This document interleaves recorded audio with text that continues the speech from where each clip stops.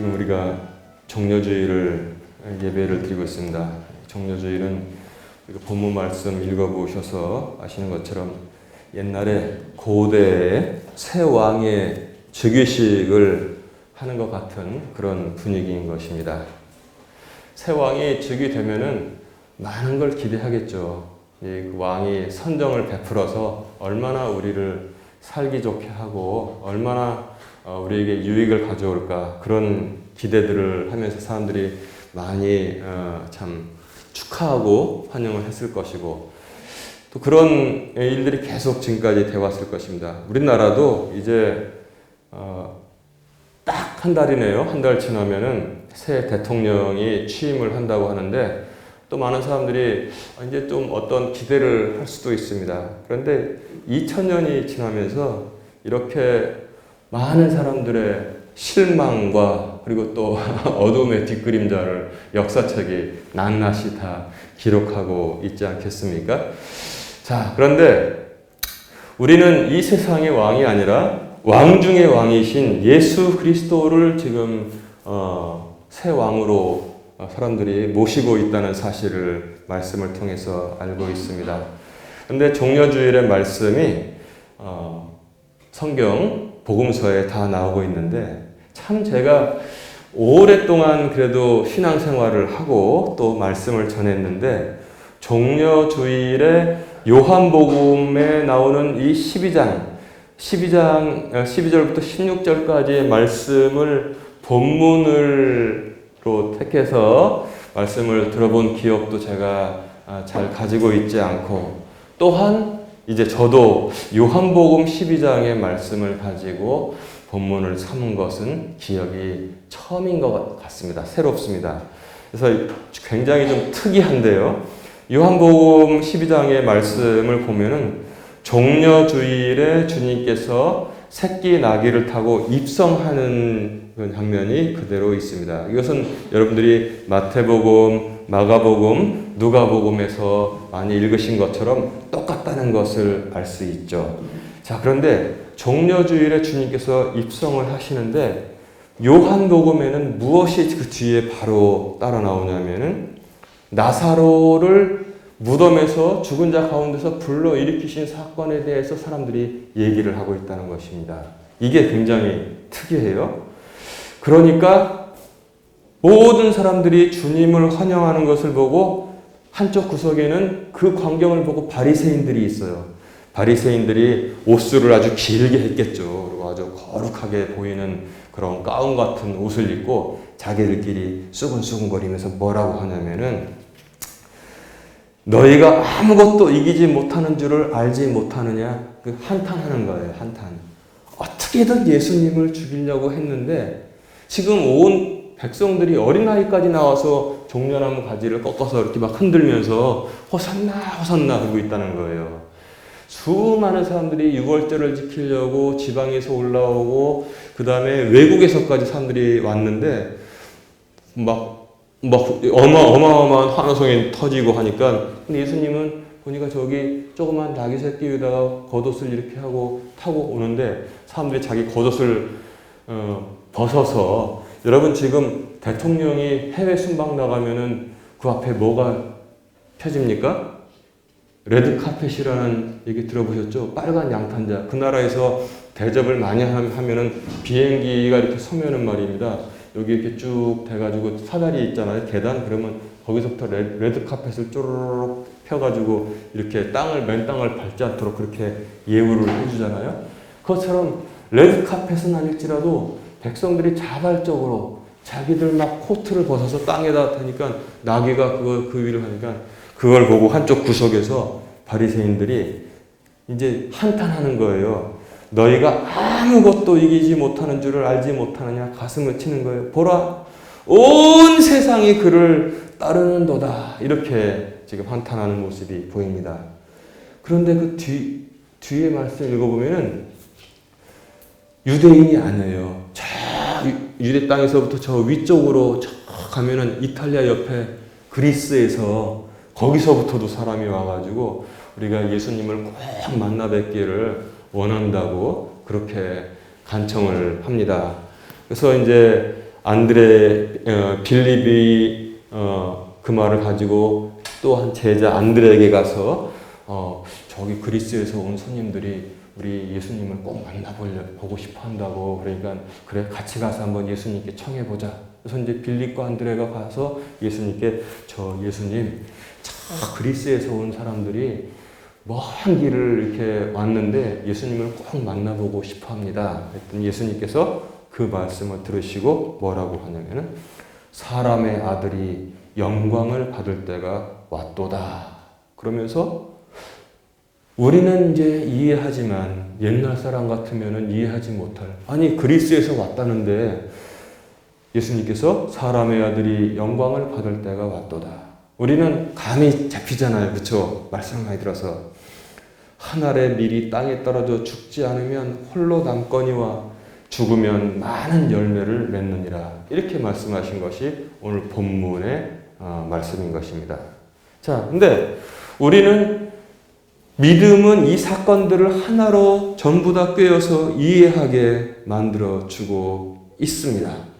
구약 성경은 예수님께서 오실 것을, 또 왜 오시는지, 오셔서 무엇을 하실 것인지, 그래서 우리가 어떻게 죽음과 죄와 죽음으로부터 해방될 것인지를 다 말씀을 하셨고, 그 다음에 신약에는 그 말씀 예언대로 사건이 그대로 이루어졌는데, 어떻게 보면은 하나로 꿰뚫어지지 않는 사건 같은데 믿음은 오히려 그것을 하나로 딱 꿰어서 우리로 하여금 이해하게 만들어주고 있습니다. 즉 영적인 의미이기 때문에 세상의 눈으로 볼 때는 이렇게 다른 것 같이, 마치 무슨 꼬치구이처럼 양고기 넣었다가 무슨 피만 꽂았다가 그 다음에 뭐 돼지고기도 좀 꽂았다가 그 다음에 무슨 뭐 야채도 좀 꽂았다가 그 다음에 뭐 소고기도 꽂았다가 소스 바른 것처럼 그렇게 꽃이 이렇게 이것저것 해서 꿰어놓은 것 같이, 마치 이 말씀이 12장 12절부터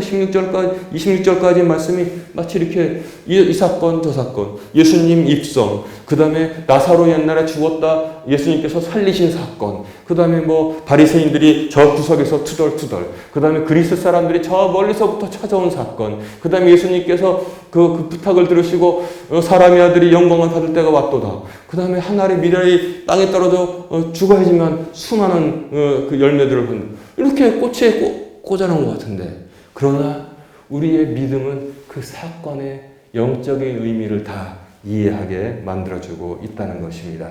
그래서 오늘 말씀을 몇 개만 이렇게 몇 개의 부분으로 나눠서 연관시켜 보면은, 주님께서 예루살렘으로 입성하시는데 그 바로 뒤에 나사로를 살리신 사건이 16절부터 19절까지 나옵니다. 이것은 무엇이냐면 생명이 이 행렬의 목적이라는 사실을 알게 만들어줘요. 예수님께서 예루살렘으로 입성하는데 사람들이, 죽음에 살던 사람들이, 흑암에 살던 사람들이 애들까지 나와서 막 환영을 합니다. 왜냐하면 본능적으로 살 길이 있다는 사실을, 그들이 이제 살 길을 찾았다는 사실을 알게 만들어주기 때문에 그렇습니다. 우리가 본능이 있잖아요. 몸이 알잖아요. 우리가 갈증이 굉장히 심했는데 누가 갈증이 심해서 지금 혀가 쩍쩍 갈라지는데 누가 와가지고 저희 가서 우리 저 짜장면 한 그릇 먹자고 그러면 반가워요. 응? 우리 저기 아주 좋은 뷔페가 있는데 아주 가서 한 2시간만 가면 되니까 내 차 타고 가서 같이 그 맛있는 음식 먹자 그러면 여러분 귀에 들어오지도 않죠. 근데 누가 방금 써온 생수 컵 겉에 그냥 물방울이 송글송글 그 밀리는 그걸 딱 찌면 뭐예요? 몸이 반응을 하잖아요. 몸이 거기 살게 되니까 입술이 쩍쩍 갈라져서 지금 열이 푹푹 나는데 그걸 내밀면은 지금 뷔페 먹으러 가게 됐어요. 그거 먹다 죽거든. 몸이 알아요, 사는 거를. 그래서 손을 내밀어가지고 그 생수를 받아가지고 벌컥 한 번도 안 쉬고 마시잖아요. 그게 바로 사람의 몸, 본능이 알게 해주는 건데, 예수님이 지금 예루살렘 성에 들어올 때 사람들이 아는 거예요. 살 길이 열렸다는 것을 알게 된 것입니다. 그 뒤에 그래서 예를 보여준 거예요. 바로 죽은 자를 살리신 사건이 없었는데 예수님께서 나사로를 돌무덤에서 불러낸 사건이 그 뒤에 연관을 가지고 따라 나오고 있습니다. 그런데 그 또 나사로를 살리신 사건은 그 뒤에 무엇과 연관이 되고 있습니까? 그리스 사람들이 방문했다는 것을 통해서 연관이 되어지고 있어요. 여러분 학교 다닐 때 배웠잖아요. 그리스 사람들은 어떤 사람들입니까? 철학이라는 학문이, 그리고 어지간한 학문은 전부 다 그리스에서 시작됐어요. 철학, 수학, 기하학, 수사학, 논리학, 응? 그 다음에 미학 있잖아요. 미학. 뭐 아름다움이 무엇이, 예술, 그러니까 쉽게 말하자면 예술이라는 거예요. 그리고 뭐 건축학, 모든, 거의 대부분 모든 학문이 체계적으로 그리스에서 시작됐습니다. 그래서 여러분들 그 사도행전 읽어보시면 그 기억날 거예요.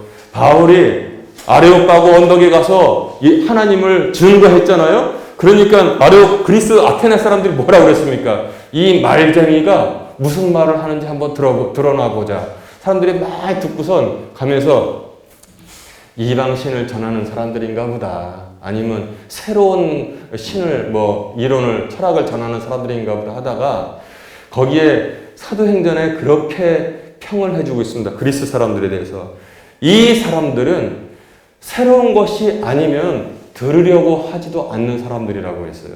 뭐든지 항상 최신의 것만, 지금으로 치면 최신의 것만 들으려고 하는 사람들인데, 이 사람들이 나사로의 부활 사건, 예수님의 사건을 듣고선 그 그리스에서부터 여기까지, 그러니까 예루살렘까지. 제가 마침 거기 예루살렘에 있는 것처럼 생각해서 거기까지 찾아온 것입니다. 그러니까 복음이 전파된 거예요. 전파됐어. 그러니까 주님께서 말씀하시기를 사람의 아들이 영광을 받을 때가 왔도다. 그렇게 선포하셨습니다. 그리고 주님 자신에 대해서 그렇게 말씀하고 있습니다. 응?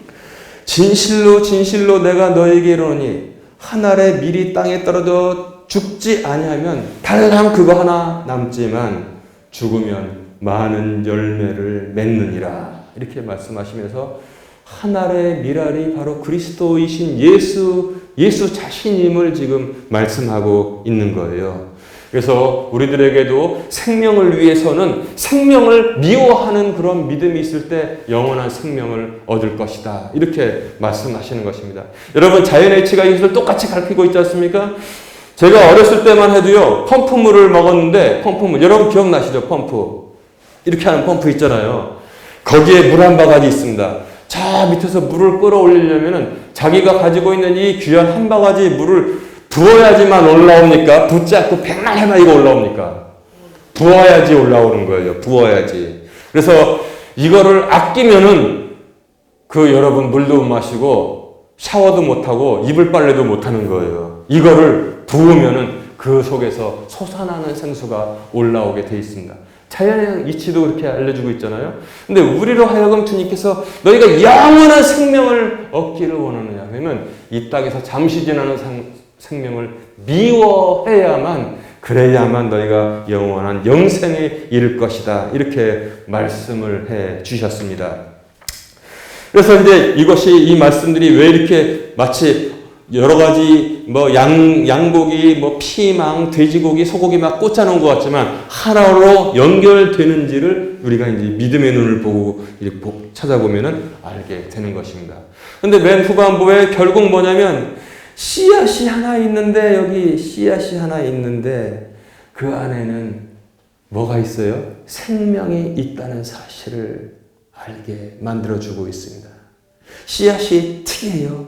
그 하나가 딱 떨어지면은 씨앗이 그 안에 생명도 있고 그 씨앗이 먹고 살 양분을 딱 가지고 있는 거예요.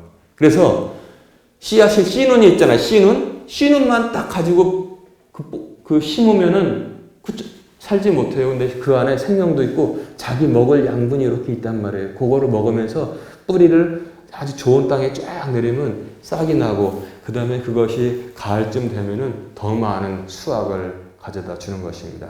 그래서 옛날에 우리가 이제 농촌의 집에 가보면은 농촌의 집에 텐마루 있는데 그 위에 뭐가 걸려 있어요? 기억력 테스트 해봅시다. 뭐가 걸려 있습니까?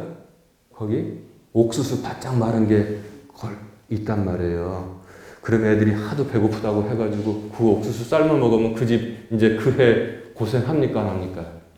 그 안에 생명이 있기 때문에 그래요. 그거는 아무리 배가 고파도 안 돼, 이놈아, 안 돼. 그래가지고 그걸 봄이 올 때까지 가지고 있다가 그거 털어가지고 그 다음에 좋은 밭이 있으면 잘 이렇게 옛날에 무슨 뭐 로타리가 있겠어요. 그냥 사람이 다 가서 이렇게 흙을 부드럽게 만 다음에 좋은 밭에다 뿌리면 어떻게 됩니까? 덜어는 100배, 덜어는 60배, 덜어는 30배. 아무리 농사가 안 돼도 그렇게 얻는 거예요. 그래서 그걸 수확해가지고 식구 같이 먹고 또 팔 건 팔고 그 중에서 좋은 건 뭐예요? 다시 또 내년을 위해서 그 생명을 남겨두어야 하는 것입니다. 처럼 성경에 씨앗의 비유가 미랄, 한알 그 비유가 나오는 게 두 큰 부류가 있습니다. 두 개로 나눌 수 있어요. 저도 이번에 참 제 목사라고 하지만 이번에 말씀을 준비하면서 제가 사실 깨닫게 됐습니다. 옛날부터 알고 있었던 게 아니라 이번에 알게 됐어요. 보니까 씨 뿌리는 자의 비유 있죠. 씨 뿌리는 자의 비유는 마태복음, 마가복음, 누가복음에 나옵니다. 씨 뿌리는 자의 비유는. 근데 요한복음에는 안 나와요. 이상하죠? 마태복음, 마가복음, 누가복음을 뭐라고 합니까? 우리가 공관복음이라고 하는데 거기는 씨 뿌리는 자의 비유가 나오고 있습니다. 마태복음 13장, 마가복음 4장, 누가복음 8장에는 씨 뿌리는 자의 비유가 나오는데 거기에 씨 뿌리는 자가 씨를 쫙 뿌립니다. 근데 유대인들은 있잖아요. 그 씨를 그 특이하게 뿌린대요. 우리는 이렇게 자꾸 사실 씨 뿌리는 거 잘 못 봤는데 이렇게 하고선 이렇게 뿌리고 다니니까 이렇게 하나씩 심자는데 그 사람들은 나귀 있잖아요. 나귀에다가 씨 저기 망태를 올려놓는데요. 그리고 밑에를 구멍을 딱 뚫어놓고 그러면 이제 나귀가 이렇게 가잖아요. 그러면 줄줄줄줄줄줄줄 해가지고 이제 온 밭에 여기저기 이제 씨를 다 뿌리는 것입니다. 근데 그것이 그래서 우리가 이제 아이고 씨를 왜 길가에다 뿌려? 우리는 그냥 구멍 파가지고 아깝게 탁 이렇게 하나씩 하시는데 유대인도 그렇게 하기 때문에 그런 거예요. 그게 이제 나귀가 하면서 이제 길가로 가면은 거기에 또 씨가 떨어지고 또 돌밭으로 또 가면은 돌밭에도 씨가 떨어지고 그 다음에 이놈이 막 가시나무 사이로 막 지나가면 거기 마침내 가면서 좋은 땅에 이제 막 나귀가 돌아다니잖아요. 그럼 결과가 다 달라진다는 거예요. 거기 뿌려진 씨는 똑같은데 결과가 다르다는 겁니다. 결과가. 그래서 길가에 뿌려진 씨는 보니까 새들이 금방 알잖아요. 나귀가 와가지고 금방 가서 그냥 쪄먹고 가는 거예요. 이런 사람들이 있죠. 이런 사람들. 응? 말씀 좀 들으려고 마음 잡고 신앙생활 좀 하려고 하면은 교회에 나와서 이제 내가 좀 살아야겠다. 아까 본능적으로 물을 향해서 손을 뻗는 것처럼 신앙생활 좀 하면서 살아야겠다 그러면 30년 동안 전화하던 동창이 전화를 해요. 놀러 가자고. 이게 바로 길가 인생인 거예요. 이게. 신앙생활 좀 마음 잡고 해보려고 하면은 꼭 30년 동창이 전화를 해가지고 요번에 벚꽃 기가 막히게 폈다고 거기 누구 나오라고 험인데 내가 마음 잡으려고 했는데 에이 요번 주까지만 내가 놀러가고 다음 주부터 신앙생활 그게 바로 길가인 것입니다. 다음 주 되잖아요. 다음 주 되면은 또 이제 이웃 덕분이네 엄마가 또 와가지고 뭐 맛있는 거 사갖고 같이 먹자고 그런다면 다 그렇게 돼 있어요. 돌밭 인생은 뭐냐면은 교회까지 온 데는 성공했어요. 말씀을 들었어요. 그렇지. 여기에 진짜 주님만 의지하고 살아야지 세상 의지하고 살면 정말 걱정, 근심, 두려움 맨날이구나. 말씀 의지하고 살아야지 하고 쭉 가는데 어떻게 됐어요? 시어머니가 내가 우리 집은 제사 지내는 집이라고 했지 그래가지고 핍박을 막 하는 거예요. 그러니까 아유 아직은 아니야. 우리 시어머니 돌아가신 다음에 내가 신앙생활 잘해야겠다. 요게 바로 돌밭 인생이란 말입니다. 뿌리를 조금 내리려고 하는데 태양이 떠올라서 지글지글 뜨거워지니까 다 말라 죽어버렸어요. 그 다음 또 어디 떨어졌냐면 가시밭에 떨어졌습니다. 가시나무 사이에 이 씨앗이 떨어졌는데 가시의 기운이 너무 세잖아요. 가시나무가 가만 놔두겠습니까? 양분도 다 빨아먹고 햇빛도 못 쬐. 그러니까 이거 뭐냐면 자라지 못하게 해요. 성장하지 못하게. 가시나무의 기운은 뭐냐면 세상의 염려 근심입니다. 교회 나와서 앉아있는데도 항상 목사의 말은 그 성도들의 귀를 스쳐 지나가는데 이 안에서 보글보글 올라오는 세상의 염려와 근심은 그 사람을 완전히 사로잡고 있어서 신앙이 성장하지 못하게 해요. 20일까지 뭐 준비해야 되는데, 그 다음에 건강검진 받은 거 뭐가 안 좋다고 또 병원에서 다시 또 오라고 하는데, 그 다음에 우리 개똥이 뭐 어떻게 잘 돼야 될 텐데, 설교 말씀은 양쪽의 귀를 다 스쳐 지나가도 그 안에서 가지고 있는 세상의 염려는 그를 완전하게 꽉 사로잡고 있다는 것입니다.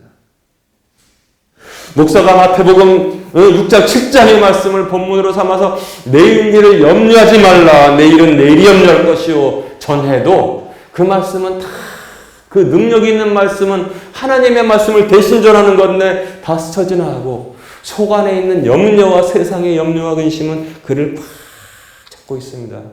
이게 바로 가시밭 사이에 뿌려진 그런 인생인 것입니다. 그 다음에 이제 나귀가 정신 차려가지고 좋은 땅으로 들어가서 여기저기 막 뿌리고 갔잖아요. 그랬더니 바로 뿌리를 쫙 내려가지고 싹이 나더니 쭉 바뀌어요. 가을 됐더니 막 이만큼 올라왔습니다. 그래서 많은 곡식들이 비교가 안 되잖아요. 비교가. 세상 염려 아무리 해도 이런 것을 누가 줄 수 있겠습니까? 좋은 땅에 뿌려졌을 때 뭐 100배, 60배, 30배. 아니, 솔직히 말해서 예수님도 약간 적게 말하신 거 아닙니까? 여러분, 100배밖에 안 나옵니까? 논에다가 벼씨 뿌려가지고, 뭐 쪄가지고 이렇게 파면 100배밖에 안 나와요? 가을에 가보니까 무슨 요새는 컴바인 두둑두둑 해가지고 다 그 심는 거 보니까 100배가 뭡니까? 어마어마하게 정말 100배 이상으로 얻을 수 있는데, 씨앗탄만 하고 있다는 거예요. 씨앗탄만. 씨앗은 똑같은데 어디에 뿌려졌느냐, 그것을 지금 차이로 두고 있다는 것입니다.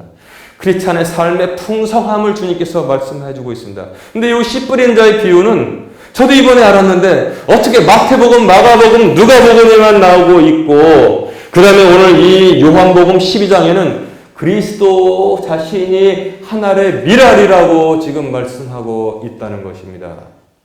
요한복음에서만 그리스도 자신이 하늘의 미랄이 되었다고 말씀하고 있습니다.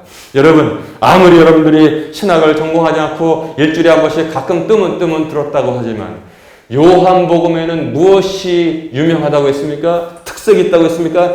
요한복음에는 뭐예요? 기독론이라고 했잖아요. 그리스도론. 요한복음의 기독론은 뭐라고 말합니까? I am, 나는 무엇이다 라는 것을 많이 썼다고 제가 말씀드렸잖아요. I am, 나는 빛이요 생명이라고 했습니다. I am, 나는 뭐라고 했습니까? 생명의 빵이라고 했습니다. I am, 생명의 포도주. I am, 나는 양의 목자, 세파트라고 그랬잖아요. shepherd. 응? I am, 응? door of sheep. 양의 문이라고 했습니다. I am 나오는데, 근데 오늘이래. 어제 가만히 생각해 보니까 하늘의 미랄도 기독론 중에 하나라는 생각을 하게 되었습니다. 그렇잖아요? 그리스도는 하늘의 미랄이 되었던 것입니다. 근데 이 하늘의 미랄이 하나님을 순종하지 않고 죽지 않고 버티고 남아 있어요. 그럼 어떻게 돼요? 그러면 혼자 남는다고 성경이 전하고 있습니다. 죽지 아니하면. 이게 중요해요. 땅에 떨어져야 돼요. 땅에 떨어져 말씀이 육신이 되어서 이 땅에 오셨으니 우리가 그분의 영광을 보니 은혜와 진리가 충만하더라. 말씀이 육신이 되어서 땅에 떨어져서 죽지 아니하면 예수님 혼자 남는 거예요. 근데 십자가에서 죽으면 수많은 열매를 맺게 된 것입니다. 예수님의 인성은 주여 할만하시거든 이 잔이 내게서 지나가게 해 주시옵소서. 그래서 죽지 않고 땅에 떨어졌지만 밀알 하나로 남으면 제가 좀 편하겠습니다. 간절히 기다렸는데 3번 기도했어요. 근데 하나님께 그러나 항상 주님의 기도는 이게 또 뒤에 있잖아요. 그러나 나의 뜻대로 마시고 아버지의 뜻대로 되기를 원하나이다. 아버지의 뜻은 뭡니까? 아버지의 뜻은 바로 이거란 말입니다. 여러분, 이게 쉬운 것 같아요. 그래서 가끔 가다 보면은 어떤 이상한 사람들이 있어요. 꼭 고난주간 금요일만 되면은 십자가에 매달리는 사람들이 있습니다. 필리핀에서 저도 세계 봤는데 구급차 딱 대기시켜 놓고 마취하고 못 박으라. 그러니까 그러면 자기가 무슨 굉장히 큰 공덕을 예수님의 흉내를 내는 거예요. 그게 잘못된 거예요. 왜 우리가 예수님의 고난을 같이 그냥 흉내냅니까? 혼자 감당하시고 우리로 하여금 그것을 은혜로 누리라고 주셨는데 꼭 그런 사람들 있잖아요. 그래가지고 제가 중학교 때 읽은 해외 토픽이라는 게 그 당시 그 신문 한 자락에 있었어요. 그래가지고 십자가를 딱 못을 박았대요. 그리고선 십자가를 딱 세우니까 이놈이 그냥 막 아우성을 친 거예요. 내리라고 빨리. 그래가지고 다시 내려가지고 옆에 대기하고 있던 구급차 실려가 병원으로. 아유, 무슨 망신입니까? 주님께서 그걸 원하십니까? 십자가에 달려보고 싶어요? 그냥 밧줄로라도 묶어가지고 이렇게 못 안 받고? 그걸 왜 하려고 하는지 모르겠어요. 나는 가끔가다 떠오르고 예수님의 뒤를 쫓아해. 40일 금식 기도했다고 40일을 굶어요. 저는 하루 이상 해본 적이 없어요. 안 합니다. 못해요, 못해. 굶으면 죽어, 그냥. 이상하게 나는 좀 굶으면 얼굴이 쩍 빠지고 그냥 이렇게 되더라고요. 그래서 나는 금식 체질은 아니구나라는 사실을 알게 됐어요. 예수님께서 원하시는 것은 내가 이 모든 것을 감당했으니 너희들은 이것을 은혜로 받아라. 아멘? 그것을 원하시는 거예요. 응? 왜 40일 금식하고 십자가에서 못 박혀 죽으려고 그래요? 그거는 아주 악한 교만이라는 사실을 우리가 알게 되는 것입니다. 그래서 그리스도는 말씀대로 하늘의 밀알, 이것도 기독론이라고 생각해야 돼요. 죽었는데 그 안에 여럿을 살리는 풍성함이 있었던 것입니다. 그래서 여러분, 마태복음, 마가복음, 누가복음은 씨 뿌리는 자의 비유가 있고 맨 뒤에 요한복음에는 기독론으로서 하늘의 밀알이신 그리스도를 지금 전하고 있는 것입니다. 그래서 여러분, 이것을 전체로 이해하게 되면은 비록 순서가 바뀌었지만 이것이 제대로 된 순서인 것입니다. 하늘의 밀알이신 그리스도께서 이 땅에 떨어져서 죽었습니다. 그랬더니 거기서 수많은 생명의 열매가 열려지고 이것이 한국까지 와서 지금 땅에 뿌려지게 된 것입니다. 여러분, 결정을 하십시오. 지금 여기서 나오는 길가와 돌밭과 가시나무 사이와 좋은 땅은 믿음의 결단으로 결정되는 것이지 오늘부터 밭 갈아서 되는 것이 아니라는 그 신비한 사실을 이해하시기 바랍니다. 나는 길가로 남을 것인지 돌밭으로 남을 것인지 가시나무 사이에 거할 것인지 아니면 좋은 땅으로 내가 결단할 것인지를 결단하면 되는 것입니다. 이것은 믿음의 결단으로 되는 것이지 태어날 때부터 나는 길가로 나고 태어날 때부터 돌밭으로 나고 태어날 때부터 가시나무 사이로 되고 태어날 때부터 나는 좋은 땅이었다. 그것은 아닌 것입니다. 결단, 믿음의 결단이 이 넷 중에서 하나를 결단하게 만드는 것입니다.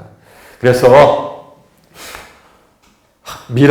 하늘의 밀알이신 그리스도께서 이 땅에 떨어져서 죽음으로 말미암아서 많은 열매가 되었습니다. 이 많은 열매가 다시 또 뿌려지고 있습니다. 좋은 밭에 뿌려졌을 때 얼마는 100배 대단하잖아요. 얼마는 60배 대단하지 않습니까? 얼마는 30배 정말 대단합니다. 이것을 우리가 이 땅에서 누리면서 살도록 주님께서 길을 열어 주셨습니다. 길을 어디서 열었습니까? 옛날에 구약에서는 바다가 갈라지는 것으로 길을 열었는데 신약에 와서는 그것은 이스라엘 사람들만을 위한 것이고 십자가를 통해서 길이 열려서 휘장이 위에서부터 아래까지 다 찢어지게 된 것입니다. 여러분, 즉 하늘의 미랄이 또한 우리의 인생에, 우리 마음에 떨어졌습니다. 여기 우리가 좋은 밭이기만 하면은 햇빛과 단비는 누가 내려준다고 했습니까? 하나님께서 누구에게나 공평하게 내려주시고 오직 자라게 하시는 이는 하나님이시라고 말씀하고 있습니다. 우리는 좋은 밭으로서 말씀을 간직하고 있잖아요. 또한 그 주님의 뒤를 따르잖아요. 그러면 인생이 반드시 100배, 60배, 30배, 거꾸로 하면 30배, 60배, 100배가 되게 되어 있습니다. 되게 되어 있어요. 좋은 밭만 유지하고 있으면은. 이제 말씀을 정리합니다. 보통의 경우에는, 자연적인 모든 보통의 경우에는 죽음이 언제 옵니까? 맨 끝에 옵니다. 맨 끝에 죽음이 따라옵니다. 그리고 그것이 모두 끝이라고 합니다. 그러나 그리스도의 죽음은 영원한 생명의 시작을 우리에게 선물하고 있다는 사실을 알아야 합니다. 그렇습니다. 그리스도는 하늘의 땅에 떨어진 미랄이었고 수많은 인생들을 살 길을 열어주셨습니다. 우리가 좋은 땅이기만 하면은 여기서 수확이 거두어지는 것은 우리가 염려할 것이 아니라 하나님께서 자연스럽게 우리를 통해서 이루어 주신다는 사실을 우리가 알 수 있는 것입니다. 그리고 여기에는 여러분 조급해하지 마세요. 시간이 필요합니다. 우리가 농사 짓는 것을 통해서도 하나님께서 자연 계시를 우리에게 주시잖아요. 여러분 공장에 나가서 빵 찌는 거는 아침에부터 빵 돌리면 저녁에 빵 먹을 수 있지만 농사는 안 그렇단 말이에요. 우물가에 나가서 숭늉 찾는 사람도 있다고 속담에서 말하지만 우리가 인상에 저기 씨앗 뿌려놓고선 다음날 나가면 막 따먹습니까? 하나님은 그렇게 하시지 않았어요. 햇빛과 그 다음에 수고와 단비를 다 견디고 누린 다음에 그 다음에 추수의 때가 오면은 누구든지 그리스도의 말씀이 떨어지면은 30배, 60배, 100배의 결실을 맺게 이렇게 하나님께서 법을 다 정해 놓으셨다는 것입니다. 여러분 차이는 조금 있을지 모르지만 이러한 풍성함이 하나님의 왕국에는 정답이라는 사실을 우리가 알아야 돼요. 그래서 우리 인생 살면서 근데 이런 거 우리가 조심해야 돼요. 정말 풍성한 수확이 많은 그런 인생은 하나님께서 선하게 보십니다. 그야말로 과일을 뭐라고 그래요? 과일? 프루트라고 하죠. 영어로. 프루츠 칵테일 그러잖아요. 프루츠가 과일이란 뜻이에요. 프루트풀. 아주 그냥 성과가 많은 풍성한 인생이 되는 거예요. 그것이 선한 인생이고 하나님이 우리의 원하시는 것입니다. 그런데 악하고 게으른 그런 인생들이 또 똑같지만 있다는 거예요. 그게 뭐냐면 아까 프루트가 과일이라고 했잖아요. LESS 레스 붙이면은 프루트리스. 이거는 어떻게 된 놈이 인생 똑같이 살았는데 똑같이 먹고 똑같이 똥 싸고 그냥 막 살았는데 하나도 남는 게 없어. 그 인생을 통해서는 악한 것만 남게 돼 있어요. 그게 누구의 작품이냐? 여러분 잘 들으세요. 그게 누구의 작품이냐? 마귀가 사람들을 그렇게 만든다는 것입니다. 마귀가. 예수님은 풍성하게 만들어요. 마귀는 어떻게 하든지 열매 얻게끔 다 해서 나오냐 길가에 쪼아먹고 돌밭에서 태양 떠오르고 가시나무에서 그냥 세상의 염려와 근심. 교회도 그렇게 될 수 있다는 것입니다. 잘못하면 교회도 그렇게 될 수 있다는 것입니다.